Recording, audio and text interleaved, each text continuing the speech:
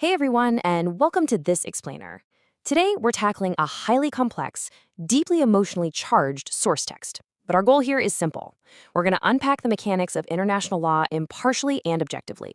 We're looking strictly at what our source text presents, kind of lifting the hood to explore the structural and legal frameworks that govern global conflicts. Because honestly, understanding the systems behind the headlines is incredibly empowering. By breaking down these dense concepts, we can make them clear, memorable, and a whole lot easier to grasp. So let's get into it. Okay, let's dive into this. You know how when you turn on the news, it can just feel incredibly confusing? Well, look at the fundamental question our source poses right out of the gate. What if human rights depended not on justice, but on politics? The text asks us to chew on this really fascinating and frankly unsettling rhetorical scenario. What if the exact same action was labeled a war crime in one country, but completely justified as self-defense in another? What if millions of civilians became victims not just of war, but of selective global outrage?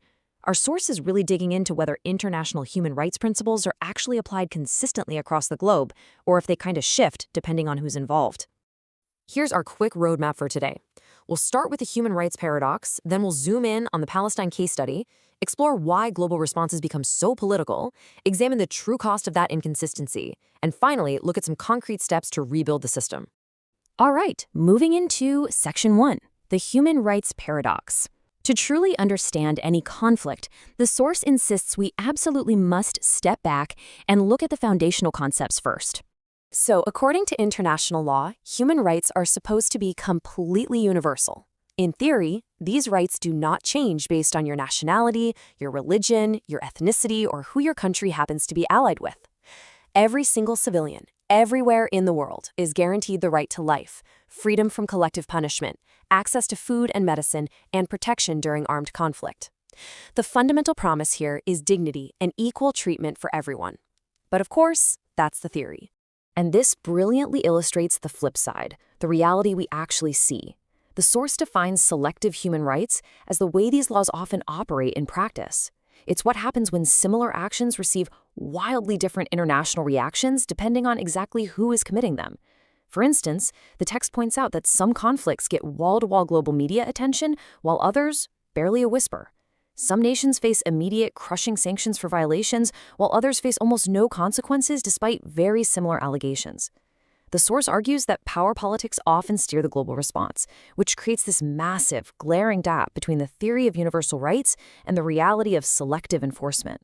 Section 2, the Palestine case study. Keeping that paradox in mind, we're now zooming in on the source's primary case study, the decades-long Israeli-Palestinian conflict. We're strictly examining the text's neutral observations here.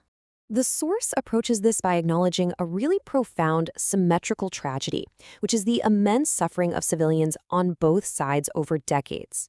We see Israeli civilians heavily impacted by deadly attacks, including continuous rocket fire and terrorism. And simultaneously, Palestinian civilians suffering immensely from ongoing military operations, widespread displacement, severe restrictions, and repeated humanitarian crises. The text makes it very clear civilian pain and suffering is a tragic, undeniable reality for both populations. And this brings us right to the core friction in international law today. On one side, you've got international organizations practically ringing the alarm bells regarding high civilian casualties, the destruction of homes, restrictions on life-saving aid, and settlement expansion, citing the absolute need to protect civilians under international humanitarian law. But on the other side, the Israeli state presents the legal and moral argument that its military actions are taken strictly in self-defense against armed groups that intentionally target its citizens. The text frames this collision as literally one of the world's most difficult and intractable legal and moral debates. Section 3. Why responses become political.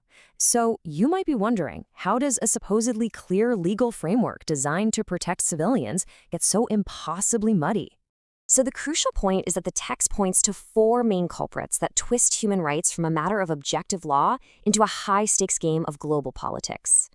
When a crisis hits, strategic alliances usually dictate the initial government reaction, as powerful countries juggle security, economics, and stability. Then, media narratives shape how we, the public, perceive it all, shifting sentiment based on language and visual framing. The third piece is veto power, which we'll talk about in a second. And finally, public opinion rounds it all out, with governments constantly reacting to upcoming elections, lobbying efforts, and street protests. If you've ever sat there wondering why the UN sometimes seems totally paralyzed, well, the source points directly at this mechanism right here, the UN Security Council's veto.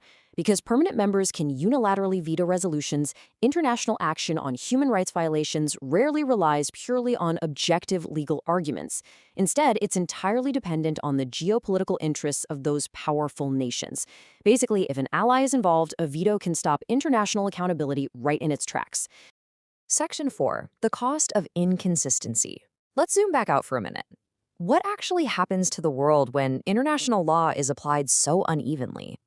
The text makes a seriously compelling argument that selective enforcement literally harms everyone. When people see international law being applied inconsistently, it kicks off a dangerous chain reaction. First, trust in global institutions completely tanks. Victims feel totally ignored and abandoned. Globalization rapidly increases. And perhaps worst of all, extremist narratives spread like wildfire because people just lose faith in a fair system. Ultimately, achieving any kind of peace becomes significantly harder. The source asserts that consistency is literally the only way to rebuild institutional credibility. Before moving to solutions, the text asks us to hold two truths in our heads at once, which is vital for clearing up misunderstandings. Supporting Palestinian civilian rights does not automatically mean supporting Hamas. Conversely, supporting Israeli civilian safety does not automatically mean supporting every single policy of the Israeli government. The source emphasizes that opposing attacks on civilians is a universal stance. You can, and according to international law, you absolutely should, oppose violence against civilians regardless of who is committing it. Section 5. Rebuilding the universal system. The good news here is that the source doesn't just point out the problems, it gives us a concrete roadmap for repairing the system. Let's move to the roadmap and see how this builds. The text lays out 6 actionable steps. It starts with applying the law consistently and protecting civilians above all else. To actually enforce that, we need independent investigations and responsible journalism to establish the hard facts, rather than relying on dehumanizing language. Ultimately, this kind of transparency paves the way for sustained diplomacy and the absolute rejection of hate. And that final step brings us to this incredibly powerful takeaway from the source material. Human rights lose meaning when people are judged by identity rather than actions. The text reminds us that criticizing a government should never ever mutate into hatred toward entire communities.